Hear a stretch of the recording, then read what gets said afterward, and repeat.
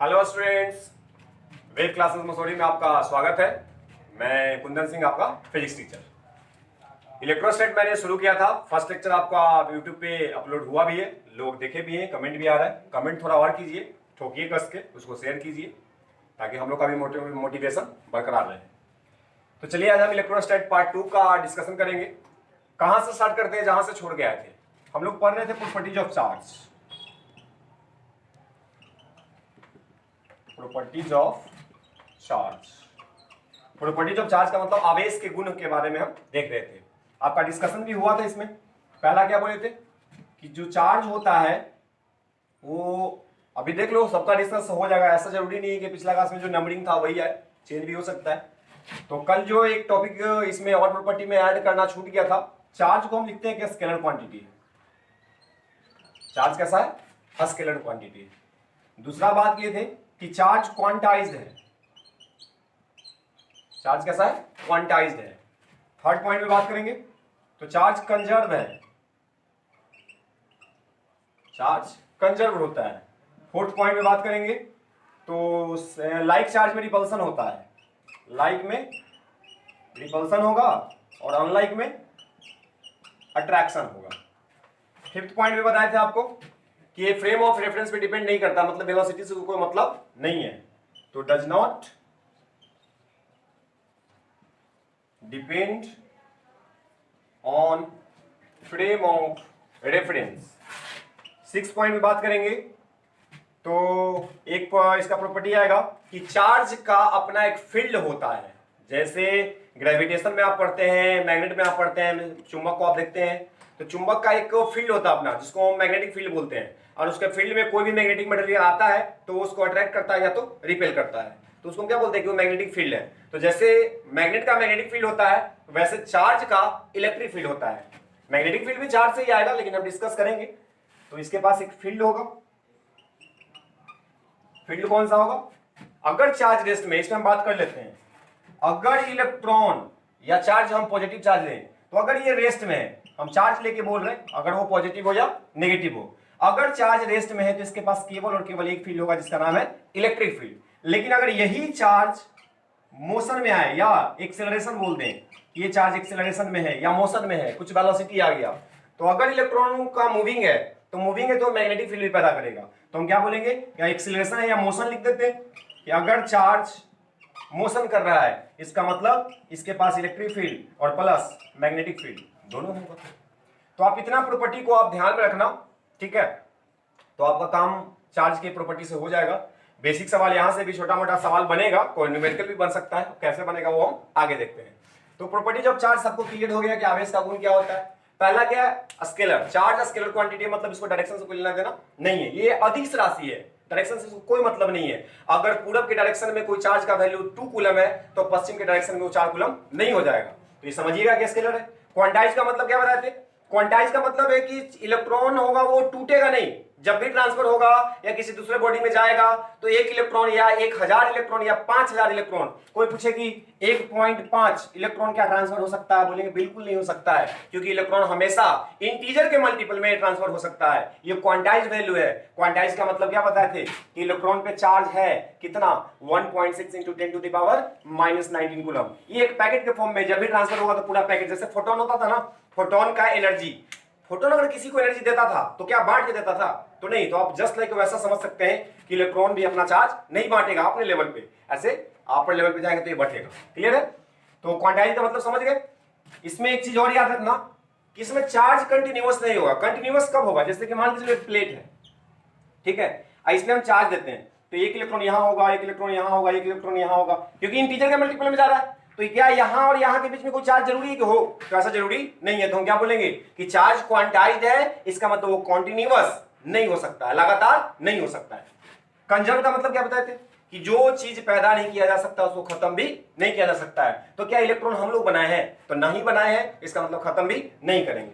Like charge repel करता है, same जात में रिपल्सन, अपोजिट जात में अट्रैक्शन। तो ये हो गया। Does not depend on frame, ये भी क्लियर हो गया होगा। फील्ड है इसके पास, तो देखिए फील्ड क्या बताए कि चार्ज के पास अपना एक प्रॉपर्टी है कि उसके पास एक फील्ड भी होता है जिसकी वजह से वो फोर्स लगा पाएगा।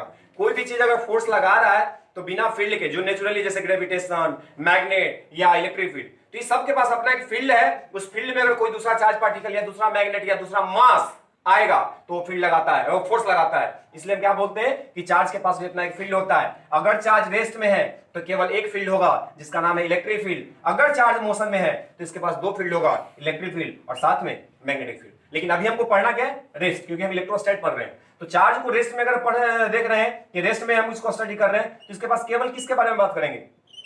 केवल और केवल इलेक्ट्रिक फील्ड में। तो आगे बढ़ते हैं।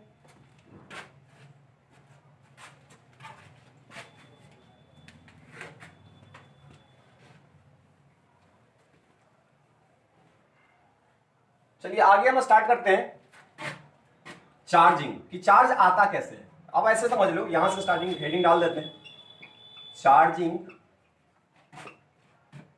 Of a conductor. कंडक्टर का मतलब आप जनरली धातु समझ लो, मेटल समझ लो, जिसमें करंट इलेक्ट्रिसिटी का प्रवाह होता है। ऐसे आप समझना, कंडक्टर हम उसी को बोलते हैं जिसमें फ्री इलेक्ट्रॉन हो। जिसमें क्या हो? Free electron. अगर फ्री इलेक्ट्रॉन नहीं होगा तो इलेक्ट्रिसिटी का कंडक्शन नहीं होगा। तो चार्जिंग ऑफ कंडक्टर, कंडक्टर का मतलब वैसा मटेरियल जिसके अंदर इलेक्ट्रॉन मुक्त अवस्था में घूम रहा है, फ्रीली घूम रहा है, तो उसको हम क्या बोल सकते हैं कि कंडक्टर है। और जिसका एग्जांपल में जनरली क्या आएगा? मेटल। कोई भी मेटल ले लो, वो क्या होता है? लगभग सब कंडक्टर ही होता है। तो हम इसमें कंडक्टर के एग्जांपल में क्या ले सकते हैं? मेटल। ठीक है, अब बात करते हैं कि चार्ज को कैसे किया जाएगा। तो देखो, आते हैं बेसिक से। एटम था, एटम से मिला तो मॉलिक्यूल बना था, अब मॉलिक्यूल से मिलके मैटर बना था। अब मैटर कोई भी हो, अगर हम कंडक्टर का बात कर रहे हैं तो कौन सा मैटर लेंगे? तो मेटल वाला मैटर लेंगे। तो मैटर के ब्रैकेट में हम लिख देते हैं मेटल। अब कोई भी एग्जांपल ले लीजिए, जैसे मान लो सोडियम है। सोडियम का यहाँ पे एक टुकड़ा लेते हैं, ये सोडियम का एक टुकड़ा है। अगर सोडियम मेटल को हम लेके चल रहे हैं तो सोडियम का एटॉमिक नंबर आपको पता है 11 होता है और इसका मास नंबर होता है 23 लगभग। अब बताओ कि एटॉमिक स्ट्रक्चर में सब हम डिस्कस कर चुके हैं कि अगर इसका एटॉमिक नंबर 11 है, इसका मतलब इसके अंदर 11 प्रोटॉन इलेक्ट्रॉन है, और जितना इलेक्ट्रॉन होता है उतना ही प्रोटॉन होता है। तो 11 इलेक्ट्रॉन और 11 प्रोटॉन है। जितना चार्ज इलेक्ट्रॉन पे माइनस होता है उतना ही चार्ज प्रोटॉन पे प्लस होता है। इसका मतलब अगर देखा जाए तो ओवरऑल चार्ज कितना है? 0। इसलिए क्या बोला जाता था कि एटम हमेशा इलेक्ट्रिकली न्यूट्रल होता है। एटम का फॉर्मेशन किससे हुआ था? इलेक्ट्रॉन, प्रोटॉन और न्यूट्रॉन। न्यूट्रॉन पे कोई चार्ज नहीं होता, प्रोटॉन पे प्लस, इलेक्ट्रॉन पे माइनस। ये दोनों का नंबर हमेशा बराबर है, चार्ज भी दोनों का बराबर है। तो बताइए एटम पे कोई चार्ज होगा? तो हम बोलते हैं नहीं होगा। अब आगे बोलते क्या पढ़ रहे हैं? चार्जिंग। तो जब इसके अंदर चार्ज नहीं है, अब इस सोडियम प्लेट पे हमको चार्ज लाना है, तो कैसे लाएंगे? दोनों इलेक्ट्रॉन और प्रोटॉन क्या है? इक्वल नंबर में है, तो चार्ज तो है नहीं। हम चाहते क्या है कि इस पे चार्ज आए, आवेश इस पे उत्पन्न हो, पैदा हो, प्रोड्यूस हो। तो कैसे होगा? तो क्या करना है कि इसमें से आप इलेक्ट्रॉन को निकाल सकते हैं। इलेक्ट्रॉन कैसे निकाल सकते हैं? आप एटॉमिक स्ट्रक्चर में भी पढ़े, और भी तरीका है। जैसे देखिए, कोई मेटल है तो इसमें बहुत सारा इलेक्ट्रॉन है जो रैंडम मोशन कर रहा है, इधर उधर घूम रहा है, जिधर मन करता है उधर घूमता है। जैसे मैं गैस मॉलिक्यूल हम पढ़ाए थे कब? काइनेटिक थ्योरी ऑफ गैसेस में, कि वहां पे ब्राउनियन मोशन होता है, रैंडम मोशन होता है। गैस मॉलिक्यूल बताइए इधर उधर घूम रहा है कि नहीं घूम रहा है? किसी से पूछ के घूम रहा है? नहीं। तो जैसे गैस मॉलिक्यूल इधर उधर घूम सकता है, मेटल के अंदर ये प्रॉपर्टी है कि इसके अंदर बहुत सारा इलेक्ट्रॉन फ्री है और जिधर मन कर रहा है वो उधर घूम रहा है। अगर हम इसको नीचे से मान लो कि हीट दे दें, गैस जला दें, अगर गैस जलाएंगे तो हीट एनर्जी इसको मिलेगा। हीट एनर्जी लेके इलेक्ट्रॉन हो सकता है कि बाहर निकल जाए, जिसको हम आयोनाइजेशन एनर्जी बोलते थे। तो इसको हमने इलेक्ट्रॉन को निकाला जा सकता है। तो हम यही बोल रहे हैं कि अगर सोडियम प्लेट पर हमको चार्ज पैदा करना है, इस पर चार्ज प्रोड्यूस करना है, तो सिंपल तरीका क्या है कि अगर ये मेटल है, किसके बारे में हम डिस्कस कर रहे हैं? Charging of conductor. तो अगर ये कंडक्टर है तो सिंपल तरीका क्या है कि इसमें से इलेक्ट्रॉन को निकाल दो और एक प्लेट और ले लो। अब इसमें से इलेक्ट्रॉन को निकाल के इसमें डाल दो। तो देखिए क्या हुआ, मान के चलिए कि 4 इलेक्ट्रॉन इसमें से निकला है, तो 40 इलेक्ट्रॉन इसमें गया होगा। ऐसा तो नहीं है कि इसमें से इलेक्ट्रॉन निकला हवा में तैर रहा है, तो ऐसा नहीं पॉसिबल है। अगर इलेक्ट्रॉन यहां से निकला है तो कहीं ना कहीं जाके ऐड होगा, क्योंकि चार्ज हमेशा कंजर्व होना चाहिए। अब डिस्कस करो कि इस पे चार्ज प्रोड्यूस कैसे होगा। तो देखिए सिंपल एग्जांपल से आप समझ सकते हैं कि कैसे होगा। जो एग्जांपल लेके चल रहे हैं इसी से बात करते हैं आगे। एक सोडियम का प्लेट लिए हम दो, ये भी सोडियम और ये भी सोडियम, या कोई भी आप ले सकते हैं एग्जांपल में। सोडियम का एटॉमिक नंबर कितना पता है? 11। 11 इलेक्ट्रॉन और 11 प्रोटॉन। इसमें भी 11 इलेक्ट्रॉन और 11 प्रोटॉन। क्लियर हुआ?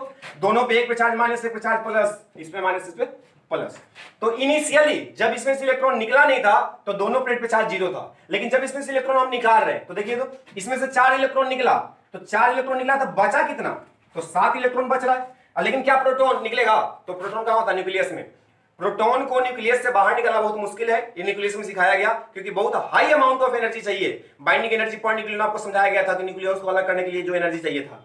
तो यहां से प्रोटॉन को तो नहीं निकालेंगे, निकाले किसको? इलेक्ट्रॉन को। ये भी सवाल बनता है कि ठीक है सर, इलेक्ट्रॉन तो आप निकाल रहे, प्रोटॉन का ही निकाल रहे हैं। अगर इसमें हमको चार्ज लाना है, कोई भी चार्ज लाना है, प्लस या माइनस, तो प्रोटॉन को भी तो निकाला जा सकता था, क्योंकि वो भी पार्टिकल है। तो देखिए, प्रोटॉन को जनरली नहीं निकाला जाता है। क्यों नहीं निकाला जाता है? क्योंकि देखो, आपको अगर बोला जाए कि कोई काम करना है, तो आप क्या सोचते हो सबसे पहले? अगर आप ह्यूमन बीइंग हो तो आप सबसे पहले क्या सोचते हो कि ये काम कैसे आसानी से हो जाए। तो हम भी यही सोच रहे हैं कि अगर इसमें चार्ज प्रोड्यूस करना है, या माइनस या प्लस, तो आसानी से कैसे हो। तो आसानी के लिए हम प्रोटॉन को नहीं निकालेंगे, क्योंकि वो मुश्किल काम है। निकालना आसान किसको है? इलेक्ट्रॉन को, क्योंकि इसके अंदर इलेक्ट्रॉन जो फ्रीली घूम रहा है, अगर बाहर से एनर्जी दे दो तो इलेक्ट्रॉन आराम से निकल जाता है। इसलिए हम इलेक्ट्रॉन पे बात कर रहे हैं। कभी भी प्रोटॉन का नाम नहीं आएगा, क्योंकि वो न्यूक्लियस के अंदर है, तो वो निकलने वाला नहीं है। जब भी हमको निकालना है तो किसको निकालना है? इलेक्ट्रॉन को। ध्यान रखिएगा इस बात को। तो देखिए, 4 इलेक्ट्रॉन इसमें से निकला, वो बचा 7। लेकिन प्रोटॉन पे कोई इफेक्ट पड़ा तो नहीं, प्रोटॉन अभी भी कितना है? 11। अब बताओ, 7 इलेक्ट्रॉन 7 ही प्रोटॉन को ना बैलेंस करेगा, क्योंकि चार्ज दोनों का इक्वल था, तो यहां पे इक्वल नंबर पे था, तो इसमें हम बोले कि नेट चार्ज 0 है। लेकिन अब बताओ, क्या इक्वल नंबर है? इलेक्ट्रॉन कम गया, प्रोटॉन बढ़ गया, यानी कि 4 प्रोटॉन एक्स्ट्रा है। तो 4 प्रोटॉन पे जो एक्स्ट्रा चार्ज है, वो इस पूरे बॉडी पे दिखाई देने वाला है। तो हम क्या बोलेंगे कि इस पे 4 पॉजिटिव चार्ज पैदा हुआ। आपको समझ में आया होगा 4 पॉजिटिव चार्ज कैसे पैदा हुआ? क्योंकि 4 इलेक्ट्रॉन इससे निकला। अगर 4 इलेक्ट्रॉन निकला तो 4 प्रोटॉन बढ़ गया। अब 4 प्रोटॉन पे जो पॉजिटिव चार्ज है, इस पूरे बॉडी पे दिखाई देगा, तो हम क्या बोलेंगे कि 4 पॉजिटिव चार्ज पैदा हुआ। अब इस पे बात करते हैं, इसमें इलेक्ट्रॉन घुसा है तो क्या होगा। तो देखिए, 11 इलेक्ट्रॉन पहले से 4 इलेक्ट्रॉन ऐड हुआ, 11 4 15, तब 15 इलेक्ट्रॉन हो गया। लेकिन क्या प्रोटॉन बदला? तो नहीं, प्रोटॉन अभी भी 11 है। अब बताओ, 11 को प्रोटॉन 11 को इलेक्ट्रॉन को बैलेंस करेगा। अब इसमें 4 इलेक्ट्रॉन एक्स्ट्रा है। अब 4 इलेक्ट्रॉन एक्स्ट्रा है, तो इलेक्ट्रॉन पे जो चार्ज होगा, उसका इफेक्ट इस पूरे बॉडी पे जाएगा। तो हम क्या बोलेंगे कि इस पे 4 निगेटिव चार्ज पैदा हुआ। क्या पैदा हुआ? 4 निगेटिव चार्ज पैदा हुआ। अब जो देखिए, जो हमको चाहिए था मिल गया कि नहीं। हमारा काम क्या था? Charging of conductor. किसी भी कंडक्टर को आप कैसे चार्ज कर सकते हो? तो सबसे आसान तरीका क्या दिखा कि एक मेटल से इलेक्ट्रॉन को निकाल के और दूसरा में डाल दो, दोनों बॉडी चार्ज दिख रहा है। क्लियर हो गया होगा? तो इसको हम बोलते हैं चार्जिंग ऑफ कंडक्टर। इसको क्या मेथड है? पहला, इसका और भी मेथड होगा। पहला मेथड में हम लिखेंगे कि रिमूवल और एडिशन, रिमूवल और एडिशन ऑफ इलेक्ट्रॉन। या तो रिमूव करो या तो ऐड करो, तो अब मेटल आसानी से चार्ज हो सकता है। तो ये पहला कॉन्सेप्ट था चार्जिंग ऑफ मेटल का। अब आते हैं अगला पे, इसका दूसरा कॉन्सेप्ट। अगर वीडियो आपको पसंद आ रहा है तो लाइक सब्सक्राइब जरूर करें, क्योंकि हमारा मोटिवेशन आप ही से है। जितना लाइक सब्सक्राइब कीजिएगा उतना ही एनर्जी बढ़ेगा। देखिए, इसका जो दूसरा मेथड है, पहला डिस्कस किए कि अगर हमको कंडक्टर को या मेटल को चार्ज करना है तो या तो इलेक्ट्रॉन डाल दो या तो इलेक्ट्रॉन निकाल दो, सिंपल केस। दूसरा क्या बोलते हैं इसको? Charging by conduction. Conduction method आप सुने होंगे, conduction, charging by conduction. Conduction का मतलब हिंदी में इसको अगर बोले तो होता है चालन। चालन का मतलब इलेक्ट्रॉन चलेगा, चार्ज चलेगा। कैसे चलेगा? तो इस मेथड को समझना। इसमें क्या करना कि दो ऑब्जेक्ट तो लेना है हमको, दोनों कंडक्टर, क्योंकि कंडक्टर के बारे में बात कर रहे हैं। तो 2 कंडक्टर मान लो ले लिए, ठीक है। एक पे चार्ज है, दोनों का अभी हम बता रहे हैं, बाकी डिटेल में आगे करेंगे। दोनों का डायमेंशन आप मान लीजिए सेम है, दोनों का आकार, डायमेंशन का मतलब शेप एंड साइज, दोनों का मान लो कि सिमिलर है। अगर सिमिलर है और इस एक बॉडी को चार्ज है, ठीक है, एक को बैलेंस पे चार्ज है और ये दूसरा न्यूट्रल है। अगर हम चाहते हैं कि ये बॉडी चार्ज हो तो क्या करेंगे? तो इसका तरीका क्या है? सिंपल, ये दोनों में से एक वायर लगाओ, कंडक्टिंग वायर, मेटल का वायर लगाओ, दोनों को जोड़ दो, ये अपने आप चार्ज हो जाएगा। क्यों ऐसा हो रहा है इसके बारे में भी डिटेल में बात होगा, लेकिन अभी समझना कि अगर इस पे पॉजिटिव चार्ज है तो ये हाई पोटेंशियल पे, इसका जो पोटेंशियल है वो हाई है। इस पे कोई चार्ज है नहीं, तो इसका पोटेंशियल हम मानेंगे 0 है, ठीक है। अगर इसका पोटेंशियल 0 है तो चार्ज तो फ्लो करेगा, और ये भी कैसा चार्ज है? Positive charge. तो पॉजिटिव चार्ज हाई पोटेंशियल से लो पोटेंशियल की तरफ जाएगा ना। अगर हाई पोटेंशियल से लो पोटेंशियल की तरफ जाएगा तो बताइए चार्ज का मूवमेंट होगा। अगर चार्ज मूव करेगा तो इस बॉडी पे आएगा कि नहीं आएगा? अब इस बॉडी पे चार्ज आएगा तो कैसे आएगा, कितना आएगा? तो अब जनरली यहां से हम डायमेंशन से करेंगे, तो आप काउंट कर सकते हो 1 2 3 4 5 6 7 8 9। एक और ले लो 10। मान लो कि इस पे 10 चार्ज था, तो अगर दोनों बॉडी का सेम डायमेंशन है तो चार्ज का फ्लो तब तक होता है जब तक पोटेंशियल का डिफरेंस बराबर ना हो जाए। तो इतना चार्ज फ्लो होना पड़ेगा ताकि इस बॉडी का पोटेंशियल और इस बॉडी का पोटेंशियल दोनों इक्वल हो जाए। आपको बताएंगे हम पोटेंशियल क्या होता है। फिलहाल आप क्या समझो, आप नॉर्मल समझो कि अगर एक बॉडी चार्ज था और दूसरा न्यूट्रल था, अगर इसको वायर से जोड़ेंगे तो इस बॉडी से चार्ज निकल के कहां चल जाएगा, इस बॉडी पे। तो इस बॉडी पे हम दिखा सकते हैं कितना चार्ज जाएगा, तो इक्वल अमाउंट में जाएगा क्योंकि डायमेंशन सेम है। अगर डायमेंशन अलग होता तो जरूरी नहीं है कि बराबर चार्ज जाए। अब बाकी पोटेंशियल क्या होता है आगे आएगा, कि पोटेंशियल आपको ऐसे 10th में पढ़े होंगे, नहीं भी पता है तो कोई बात नहीं, हम जीरो से पढ़ा रहे हैं, सब कुछ आपको सिखाएंगे। एक एक वीडियो को ध्यान से देखना, सब कुछ क्लियर होगा। तो ये दूसरा तरीका आपको समझ में आया होगा कि मेटल को या कंडक्टर को हमको चार्ज करना तो किस मेथड से करेंगे, कंडक्शन। कंडक्शन का मतलब क्या है कि दो बॉडी है, एक चार्ज है पहले से, एक न्यूट्रल था, न्यूट्रल वाला को हमको चार्ज करना है, तार से जोड़ दो चार्ज हो जाएगा। ठीक है, अब आते हैं तीसरा मेथड। तीसरा को बोलते हैं charging by induction. Charging by induction, induction को हिंदी में प्रेरण बोला जाता है। अब प्रेरण क्या है या इंडक्शन क्या है, कैसे होगा, तो आप ऐसे समझो कि मान लीजिए कि फिर से दो बॉडी है, दोनों मेटल है, क्योंकि मेटल के बारे में डिस्कस कर रहे हैं। एक बॉडी पहले से चार्ज है, ठीक है, और एक बॉडी न्यूट्रल है। आपको इसको हमको चार्ज करना है। मान लो कि दूर था, बहुत दूर है, यहां पे, तो यहां पे रहेगा तो इसका इफेक्ट तो होगा लेकिन बहुत ज्यादा नहीं होगा। तो अगर हम इस मेथड से चार्ज करें, इंडक्शन का मतलब क्या होता है, इंड्यूस होना, इंड्यूस का मतलब पैदा होना। अब इसको तुम धीरे धीरे इसके नजदीक लाते जाओ, तार से जोड़ना नहीं है, तार से जोड़ देंगे तो कौन सा मेथड, कंडक्शन। अब इसको इसके पास बस लाना है, पास लाते लाते इसको इतना पास ले आते हैं। ठीक है, अगर ये दोनों मेटल है तो इसके अंदर भी और इसके अंदर भी फ्री इलेक्ट्रॉन तो बहुत सारा है जो कि फ्रीली घूम रहा है। अगर इस पहले से चार्ज था पॉजिटिव, तब प्लस किसको चाहता है, तो प्लस हमेशा माइनस को चाहता है। प्लस प्लस को कभी चाहेगा, वो नेचुरल कंडीशन नहीं है। अगर प्लस प्लस को चाह रहा तो कहीं ना कहीं गड़बड़ हो गया है। ये बात समझते होंगे आप, 12th क्लास का स्टूडेंट है। तो नेचुरल से नेचुरल पे ही रहना है। प्लस प्लस को कभी नहीं अट्रैक्ट करेगा, लेकिन इसके अंदर जो डॉट दिख रहा है वो सब इलेक्ट्रॉन है, तब प्लस माइनस का तो इंतजार कर रहा है। तो इंतजार कर रहा है, तो बताइए इलेक्ट्रॉन को ये अट्रैक्ट करेगा। तो जितना भी इसके अंदर फ्री इलेक्ट्रॉन आपको दिख रहा था, इस पॉजिटिव चार्ज की वजह से इस साइड अट्रैक्शन फील करेगा। अगर इस साइड अट्रैक्शन फील करेगा तो ये चार्ज कहां पे आ जाएगा, यहां पे आ जाएगा, इसके आउटर सरफेस पे आ जाएगा, क्योंकि चार्ज फ्री है तो आराम से आ सकता है।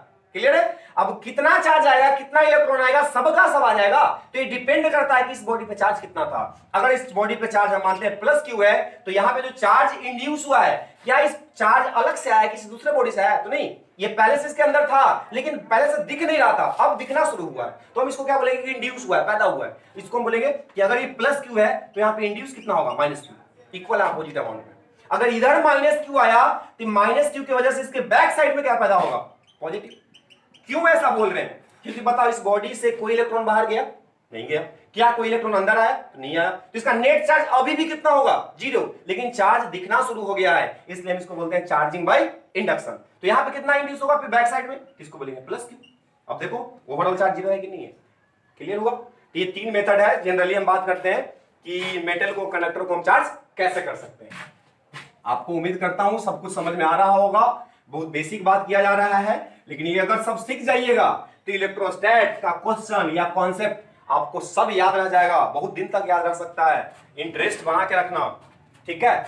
चलिए, तो कंडक्टर के बारे में हम चार्जिंग उसका देख लिए। अब आते हैं charging of insulator. Charging of insulator, insulator का मतलब क्या होता है, कुचालक इसको बोल सकते हैं। कुचालक में कौन आएगा, तो जनरली अधातु सब आएगा, जिसके अंदर मान लो कोई फ्री इलेक्ट्रॉन नहीं है, जैसे ये प्लास्टिक। क्या इसमें हम इसको हम करंट में सटाएं तो यहां पे हमको करंट लगेगा, तो बिल्कुल नहीं लगेगा। जब करंट नहीं लगेगा इसका मतलब क्लियर क्या है कि इसके अंदर इलेक्ट्रॉन फ्री नहीं है। अगर यही रोड का रहता, लोहा का रहता, इसको सटाते तो मारता, लाइट करंट आता ना, तो करंट सप्लाई होता है। इसका मतलब क्या है कि इसमें इलेक्ट्रॉन फ्री नहीं है, लेकिन जो लोहा का रॉड है वो मेटल है, उसके अंदर इलेक्ट्रॉन फ्री है।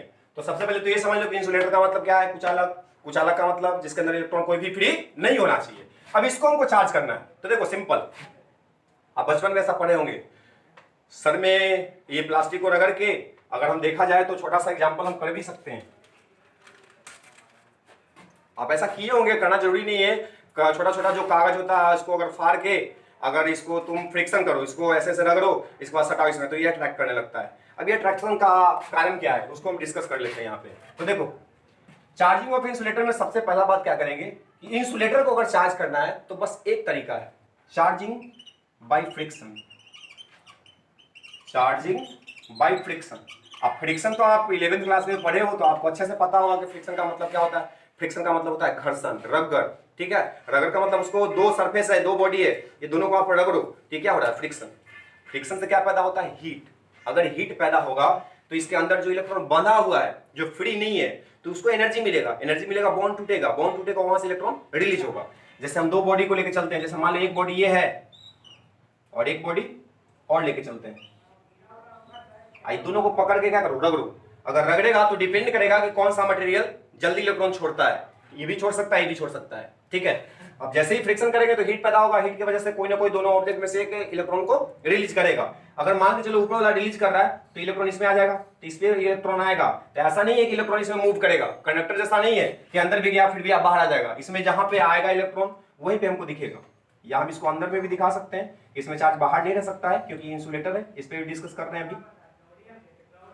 मान के चलो हम नीचे वाला से प्लस दिखा दिए, मतलब नीचे से इलेक्ट्रॉन रिलीज हुआ, ये इलेक्ट्रॉन निकला, इसका मतलब कौन बढ़ा, तो प्लस, इसमें पॉजिटिव चार्ज दिखा। इलेक्ट्रॉन निकला तो कहां गया, हवा में तैर रहा है, तो नहीं, इसमें गया, तो इसमें हम क्या दिखाएंगे, माइनस। बताओ चार्ज हो गया कि नहीं हो गया। तो फ्रिक्शन द्वारा हम इंसुलेटर को आसानी से चार्ज कर सकते हैं, जो प्रैक्टिकल हम देखे भी है, ऐसा करते भी है, तो ये कोई बड़ी चीज नहीं है। अब आते हैं कि देखिए ये इंपॉर्टेंट चीज है कि अगर हम इसको मेटल मान रहे हैं, ये दोनों मेटल है, ठीक है, अगर इस पे हम पॉजिटिव चार्ज देंगे, इलेक्ट्रॉन मान लो निकाले हैं, इस पर पॉजिटिव आएगा, इसमें इलेक्ट्रॉन गया, किसमें निगेटिव आएगा। क्या ये चार्ज अंदर में रहेगा कि आउटर सरफेस पे आएगा, इस पे हम बात करेंगे कि देखो अगर ये मेटल है तो चार्ज फ्री होता है, तो फ्री होगा तो ये प्लस प्लस को क्या बताओ, पास बुलाएगा कि दूर ले जाएगा, तो ये प्लस प्लस को रिपेल करेगा, ये प्लस प्लस को रिपेल करेगा, ये प्लस प्लस को रिपेल करेगा। बताओ सब एक दूसरे को रिपेल कर रहा है, तो रिपेल कर करके इसको आउटर सरफेस पे पहुंचा देगा, ये अंदर इसको रुकने नहीं देगा। क्यों, क्योंकि एक दूसरे को रिपेल करता है। तो जब भी चार्ज अगर कंडक्टर में प्रोड्यूस होगा तो चार्ज कहां पे लाई करेगा, तो हम बोलेंगे कि चार्ज आउटर सरफेस पे लाई करेगा, चाहे वो प्लस हो या माइनस हो। क्लियर हुआ। लेकिन अगर ये इंसुलेटर है, कुचालक है, तो इसमें चार्ज मूव नहीं करेगा, वहां पे बंधा हुआ चार्ज है। तो अगर चार्ज बंधा हुआ है तो जहां पे डेवलप हुआ वहीं पे फिक्स है, वो रोटेट नहीं कर सकता है। तो इस बात को भी ध्यान रखना कि कंडक्टर के अंदर चार्ज कहां होता है, तो आउटर सरफेस पे, इंसुलेटर में तो अंदर में होता है। क्लियर हुआ होगा। चलिए अब आगे बढ़ते हैं इससे। इसके बाद थोड़ा देखते हैं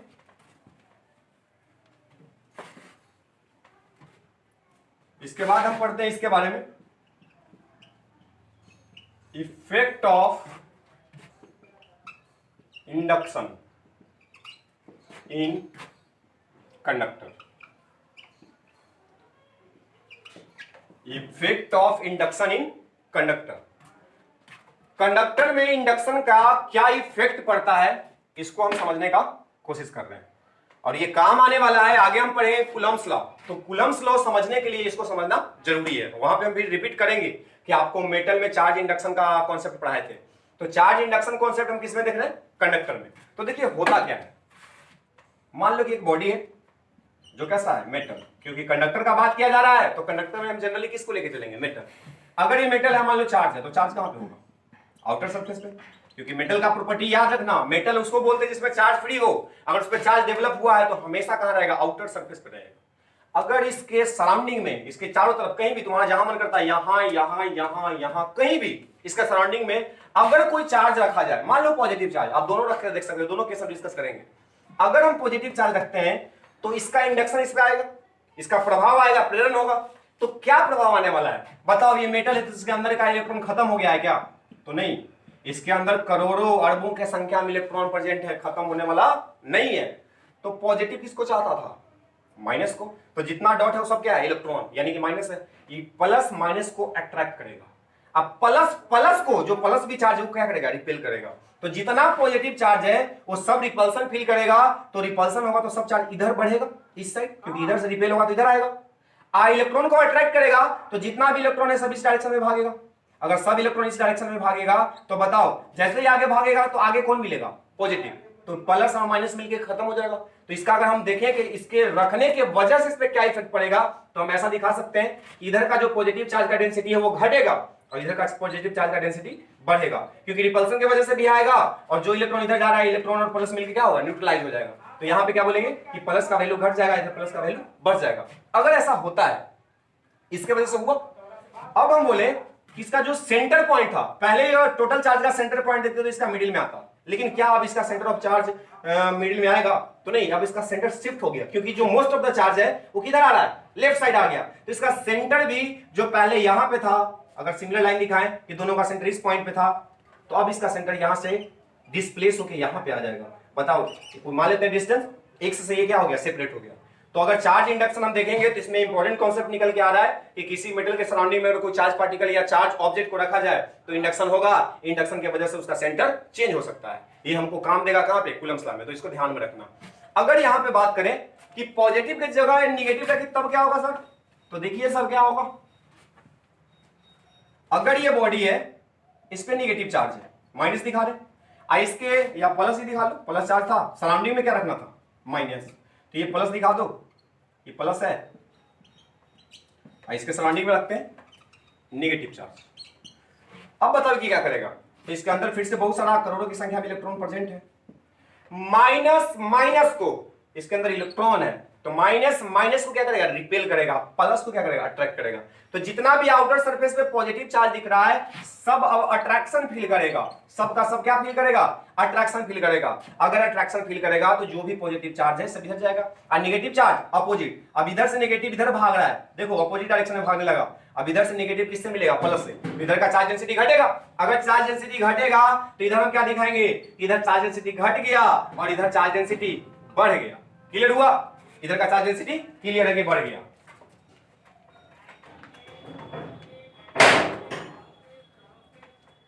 अब चार्ज डेंसिटी अगर बढ़ गया तो यहां पे फिर सेंटर का बात करें तो पहले सेंटर यहां था, ये सेंटर यहां पे, अगर यहां से डिस्प्लेस होगा तो सेंटर इधर जाएगा, क्योंकि मोस्ट ऑफ द चार्ज इधर जा रहा है, तो इसका सेंटर यहां से कहां चलिए, यहां पे चलिए, तो यहां पे डिस्प्लेसमेंट आप देख सकते हैं। तो उम्मीद करता हूं कि आपको समझ में आया होगा कि चार्ज इंडक्शन कॉन्सेप्ट मेटल में क्या होता है। चलिए आगे नेक्स्ट बात करते हैं।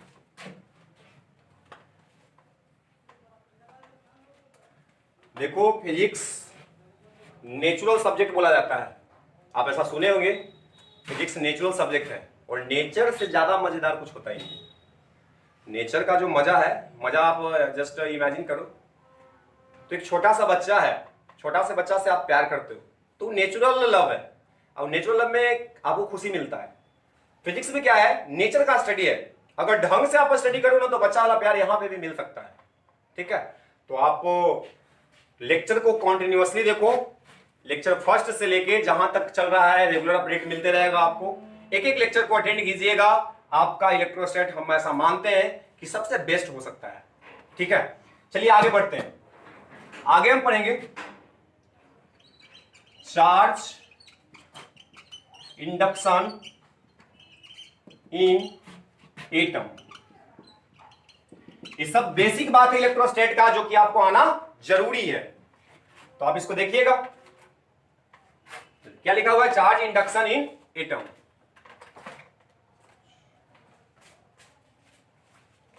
चार्ज इंडक्शन इन एटम, इंडक्शन इन एटम। एटम के बारे में एटॉमिक स्ट्रक्चर में पढ़े, अब इसमें इंडक्शन कैसे होता है इसको समझ लो। तो देखो एटम का स्ट्रक्चर बनाते हैं, ये न्यूक्लियस, इसके चारों तरफ सेल, और सेल में बहुत सारा इलेक्ट्रॉन।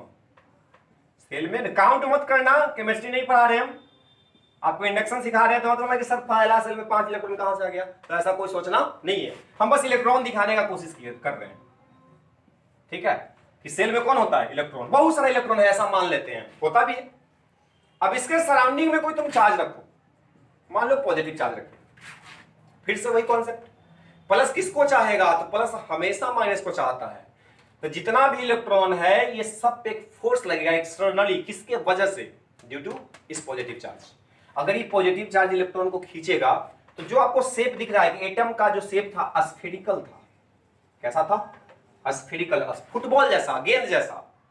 जब ये फोर्स लगाना शुरू करेगा तो जितना भी इलेक्ट्रॉन अट्रैक्ट होगा तो क्या ये गोल रह पाएगा, स्फीयर रह पाएगा? तो नहीं। फोर्स की वजह से इसका जो शेप है वो अंडा के जैसा हो जाएगा। Most of the negative charge कहां पे चल जाएगा? इधर चल जाएगा, क्योंकि प्लस माइनस को क्या कर रहा है? अट्रैक्ट। तो most of the negative charge इधर शिफ्ट हो गया। इधर कौन है? नेगेटिव चार्ज शिफ्ट हो गया। अब प्लस प्लस को क्या करता है? रिपेल करता है। तो जो न्यूक्लियस आपको दिख रहा है, जो पॉजिटिव सेंटर है, अभी देखो अभी कि जब ये स्फेरिकल शेप में था, ये पॉजिटिव चार्ज नहीं था, तो इसका दोनों का सेंटर इस पॉइंट पे था, नेगेटिव का भी और पॉजिटिव चार्ज का भी, दोनों का सेंटर एक पॉइंट पे था। लेकिन जब इसको हम एक्सटर्नली देखेंगे, एक चार्ज रखे, अब यहां पे देखो नेगेटिव सब इधर आ रहा है। अब पॉजिटिव जो पहले यहां पे था, अब पॉजिटिव यहां से कहां चल जाएगा? यहां पे चल जाएगा। ये पहले पॉजिटिव यहां पे था, अब कहां चला गया? यहां पे। नेगेटिव पहले सेंटर यहीं पे था, लेकिन अब नेगेटिव इधर चल गया, तो नेगेटिव सेंटर भी शिफ्ट हुआ होगा। तो नेगेटिव सेंटर मान लो कि चलो पहले यहां था, तो अब यहां पे आ गया होगा। क्लियर है? अब देखो तो पहले सेंटर दोनों इस पॉइंट पे लाई कर रहा था बीच में, लेकिन अब दोनों सेंटर अलग हो गया। अभी जो सेंटर जो अलग हो रहा है, इस फेनोमेना का नाम होता है polarisation. Atom due to external charge polarise हो गया है। पोलराइज का मतलब उसका जो सेंटर था पॉजिटिव और नेगेटिव, वो दोनों सेपरेट हो गया है। इस फेनोमेना का नाम क्या होता है? पोलराइजेशन। इस जो एटम किसी भी चार्ज के वजह से अपना सेंटर को सेपरेट कर लेता है, इस फेनोमेना को हम बोलते हैं पोलराइजेशन, और हिंदी में इसको बोलते हैं ध्रुवण। क्योंकि ध्रुव बढ़ रहा है, जिसका दो ध्रुव है, प्लस और माइनस, तो इसका ध्रुव सेपरेट हो गया, इसलिए हम इसको ध्रुवण बोल रहे हैं, या इंग्लिश में क्या बोलेंगे? पोलराइजेशन। ये प्लस और माइनस का जो एक सिस्टम बन के आ रहा है, इस सिस्टम का नाम होता है डाइपोल। इस सिस्टम का नाम क्या होता है? डाइपोल। डाइपोल आपको बहुत डिटेल में पढ़ना है प्लस 2 में। इससे बहुत सारा सवाल अलग अलग का एग्जाम में हमेशा पूछा जाता है। बोर्ड में तो मान के चल लो कि फिक्स है कि 5 नंबर का कम से कम सवाल इस तरह रहेगा। तो डाइपोल यहां से क्लियर होना चाहिए कि डाइपोल आया कहां से। तो इसका हम बता रहे हैं कि डाइपोल कहां से आया, तो एटम से निकल के आया है। एटम के सराउंडिंग में अगर कोई भी चार्ज पार्टिकल, कोई भी चार्ज ऑब्जेक्ट अगर रखेंगे, तो एटम पे उसका इफेक्ट पड़ेगा, और उसकी वजह से प्लस और माइनस सेंटर अलग हो जाएगा। ये जो प्लस और माइनस सेंटर जो अलग हो रहा है, इस सिस्टम का नाम क्या होता है? डाइपोल। डाइपोल के बारे में आगे डिस्कशन होगा। इसके बाद एक टॉपिक और इसमें हम कवर करते हैं इस वीडियो में, इसको बोलते हैं पोलराइजेशन ऑफ नॉन मेटल। जो अभी लिखे the charge induction in atom, इसको बोल सकते हैं पोलराइजेशन ऑफ एटम। इस कॉन्सेप्ट का दूसरा नाम क्या हो सकता है? पोलराइजेशन ऑफ एटम, जो भी अभी हम पढ़े। अब क्या हम पढ़ रहे हैं? Polarisation of non metal. मतलब नॉन मेटल में, नॉन मेटल ऐसे, अब एग्जांपल से देख लो, मान लो एक प्लेट है आपके पास जो कि नॉन मेटल का है। कैसा है जी? Non metal. अगर नॉन मेटल इसका मतलब प्लास्टिक ले लो, तो बताओ इसके अंदर भी तो एटम है, क्योंकि ये अलग से बना है क्या? तो नहीं। ये प्लस चार्ज है क्या? नहीं, एटम है। क्या है जी? एटम का स्ट्रक्चर दिखा रहे हैं। ठीक है? अगर ये एटम है,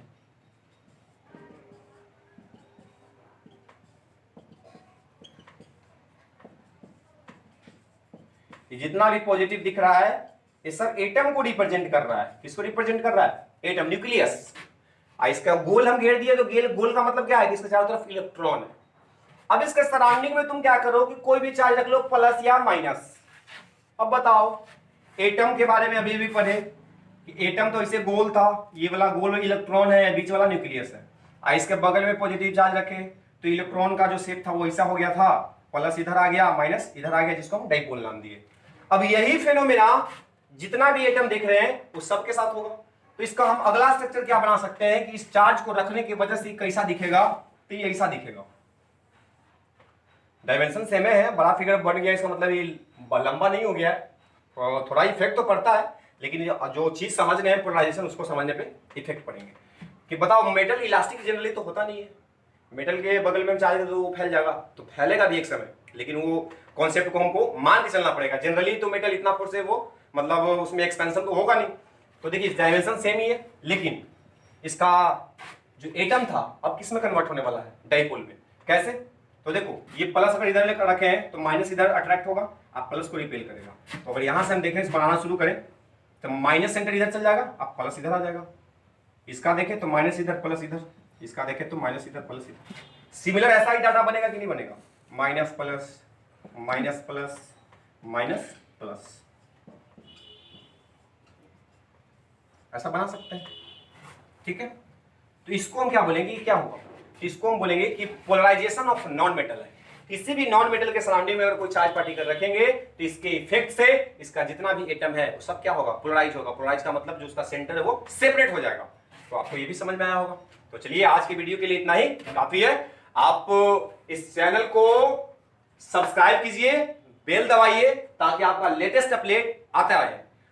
बाकी कुछ अगर आपको डाउट होता है या कुछ क्वेरी होता है तो आप इस नंबर पे फ्री है कि कभी भी व्हाट्सएप कर लो, कॉल कर लो। आपका जो भी डाउट है, जहां तक देखिए यूट्यूब पे पढ़ा रहे हैं, क्लासरूम में भी पढ़ा रहे थे, तो ऐसा नहीं है कि टीचर जो होता है वो 100% भगवान नहीं होता है।